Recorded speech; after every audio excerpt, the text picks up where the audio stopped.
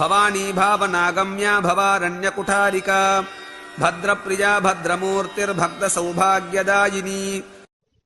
భవాని భవుని భార్య. భవుడు అంటే రుద్రుడు, మన్మధుడు, సంసార సముద్రం అని అర్థం. ఈ ముగ్గురిని జీవింపచేయడం మూలంగా అమ్మవారు భవాని అని పిలువబడింది. భావం అంటే పుట్టుక.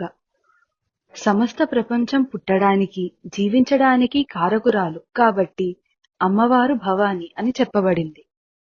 శివుని అష్టమూర్తులలో 8వ మూర్తి అయిన జలమూర్తి పేరు భవుడు. భవుని జీవింపచేయునది కాబట్టి భవాని. స్థానేశ్వరం అనే క్షేత్ర పీఠాది దేవత పేరు భవాని.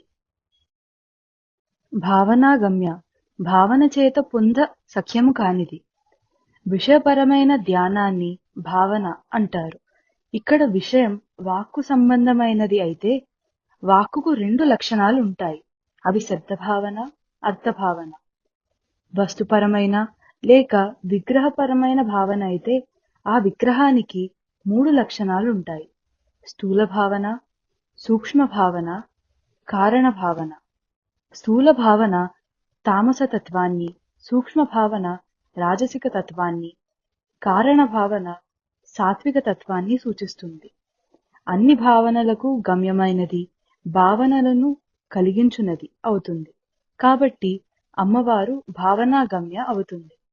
మన భావాలయందు ఆవిడను నియమించి, నియంత్రించి నిర్వచించలేము కాబట్టి ఆమె భావన అగమ్య అవుతుంది. భవారణ్య కుఠారిక సంసారమనడి అడవికి గండ్రగొడ్డలి వంటిది. సంసారంలో భౌతికమైన బంధం కన్నా మానసిక బంధమే ఇబ్బందులను సృష్టిస్తుంది. ఈ మానసిక బంధాన్ని భవబంధము అంటారు. ఈ భవబంధాలను తెంచగలిగేది జ్ఞానము. కాబట్టి జ్ఞాన స్వరూపిణి అయిన అమ్మవారి వల్లనే ఇది సాధ్యమవుతుంది. జన్మ సంబంధమైన, సంసార సంబంధమైన అరణ్యాన్ని ఛేదించే జ్ఞాన స్వరూపమైన గండ్రగొడ్డలిగా అమ్మవారి గురించి ఈ నామంలో చెప్పబడింది. భద్రప్రియ శుభములు, శ్రేష్టములు అయిన వాటి యందు ఇష్టము కలిగినది. సదాచార ప్రవర్తనాదులు గల వారికి శుభములు చేకూర్చువాడు భద్రుడు అంటే శివుడు.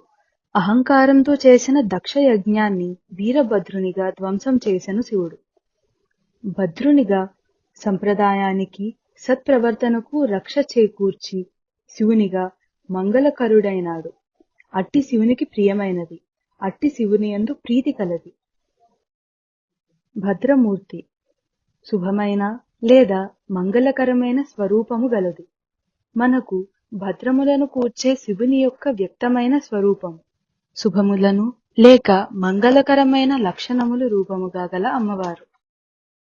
భక్త సౌభాగ్యదాయిని భక్తులకు సౌభాగ్యమును ఇచ్చున్నది. సు మంచితనము, భ వెలుగు లేదా వైభవము, గ గమనము, గతి నడక లేదా ప్రవర్తన అనే అర్థాలను సూచిస్తాయి. ఈ 3 లక్షణాలు కలిస్తే సౌభాగ్య లక్షణం అవుతుంది. 4 రకాల భక్తులకు అమ్మవారు సౌభాగ్య లక్షణాన్ని ప్రసాదిస్తుంది.